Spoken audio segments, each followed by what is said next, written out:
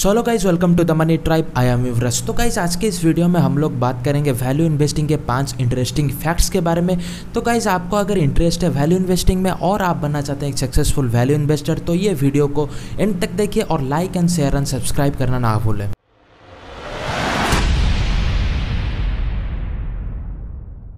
इस video start करने से पहले मैं आपके सामने रिप्रेजेंट करना चाहता हूँ एक फ्लो चार्ट जिसमें मैंने पांचों के पांचों फैक्ट्स को इंसर्ट किया हुआ है।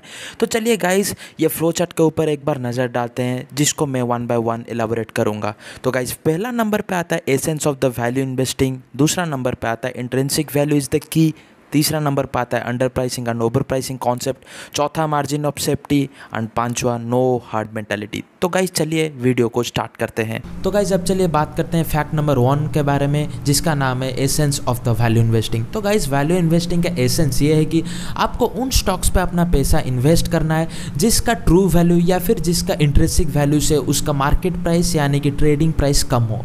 एज एन एग्जाम्पल आप ले लीजिए, अगर कोई स्टॉक का इंट्रिंसिक वैल्यू या फिर ट्रू वैल्यू है 100 रुपये और उसका मार्केट प्राइस यानी कि ट्रेडिंग प्राइस है 90 रुपये और अगर उस स्टॉक को आप खरीदते हैं तो आप बन जाएंगे एक वैल्यू इन्वेस्टर।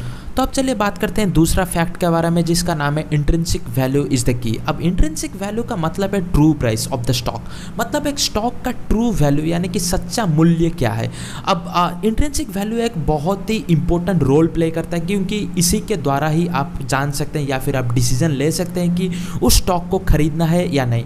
अब एक स्टॉक का इंट्रिंसिक वैल्यू या फिर ट्रू वैल्यू बहुत सारे चीज़ों के ऊपर डिपेंड करता है, जैसे कि आप ले लीजिए रेवेन्यू जनरेशन पावर हो गया, प्रॉफिट मेकिंग पावर हो गया, फिजिकल परफॉर्मेंस हो गया, कैश फ्लो हो गया, ये सब चीज़ों के ऊपर डिपेंड। और एक सच्चा वैल्यू इन्वेस्टर तभी वो स्टॉक को खरीदेगा जब उसका मार्केट प्राइस यानी कि ट्रेडिंग प्राइस उसका इंट्रिंसिक वैल्यू यानी कि ट्रू वैल्यू से कम हो।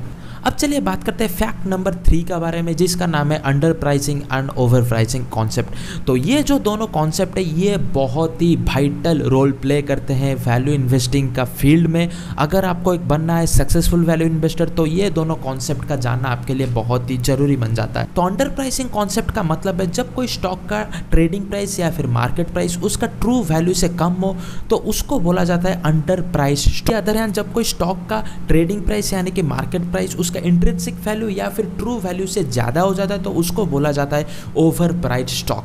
तो ये दोनों कॉन्सेप्ट के ऊपर आप बोल सकते हैं पूरा का पूरा वैल्यू इन्वेस्टिंग डिपेंडेंट है।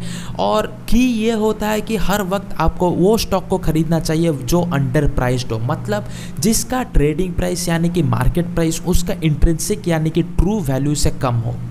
तो अब चलिए बात करते हैं फैक्ट नंबर 4 का बारे में जो कि एक बहुत ही इंपॉर्टेंट फैक्ट भी माना जाता है जिसका नाम है मार्जिन ऑफ सेफ्टी। अब मार्जिन ऑफ सेफ्टी का मतलब है जब कोई स्टॉक का ट्रेडिंग प्राइस या फिर मार्केट प्राइस उसका ट्रू वैल्यू यानी कि इंट्रिंसिक वैल्यू से कम हो और उसका जो डिफरेंस होता है उसको बोला जाता है margin of safety. As an example आप ले लीजिए कि कोई स्टॉक का इंट्रिंसिक यानी कि ट्रू वैल्यू है 200 रुपये लेकिन उसका ट्रेडिंग प्राइस यानी कि मार्केट प्राइस है 120 रुपीज़, तो मार्जिन ऑफ सेफ्टी यहाँ पे हो जाएगा 200 रुपये माइनस 120 रुपये जो कि है 80 रुपये। तो वैल्यू इन्वेस्टिंग में ये बोला जाता है कि जितना ज़्यादा आपका मार्जिन ऑफ सेफ्टी रहेगा उतना ज़्यादा ही आप सेफ रहोगे, आपको लॉस रियलाइजेशन का खतरा बहुत ही कम रहेगा।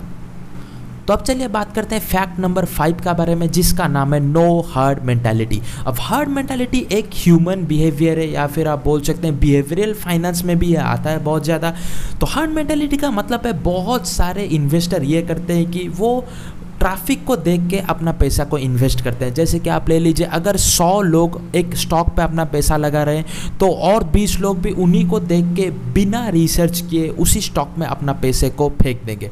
तो ये बहुत ही गंदा मेंटालिटी होता है जिसको बोला जाता है हार्ड मेंटालिटी। जो सबसे सक्सेसफुल वैल्यू इन्वेस्टर है वॉरेन बफेट, वो भी बहुत ही अवॉइड करते हैं हार्ड मेंटालिटी को और वो उन्होंने क्लियरली ये भी बोला है कि आपको हार्ड मेंटालिटी को फॉलो नहीं करना चाहिए। अगर आपको बनना है एक सक्सेसफुल वैल्यू इन्वेस्टर तो आपको उन स्टॉक्स पे अपना पैसा लगाना चाहिए जिसको ज़्यादातर लोग अवॉइड करते हैं या फिर ज़्यादा रिसर्च नहीं करते उनके ऊपर।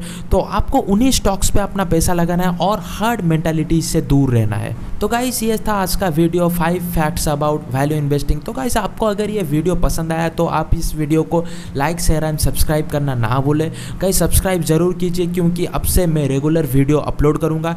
तो गाइस अगर आपको जानना है कुछ और फाइनेंशियल रिलेटेड टॉपिक के बारे बारे में या फिर कुछ और भी आपको फाइनेंशियल इन्फॉर्मेशन चाहिए तो आप मुझे @युवराज दलाई में इंस्टाग्राम में मेरे पेज को फॉलो भी कर सकते हैं। वहाँ पे मैं रेगुलरली अपलोड करता हूँ कुछ फाइनेंशियल इन्फॉर्मेशन।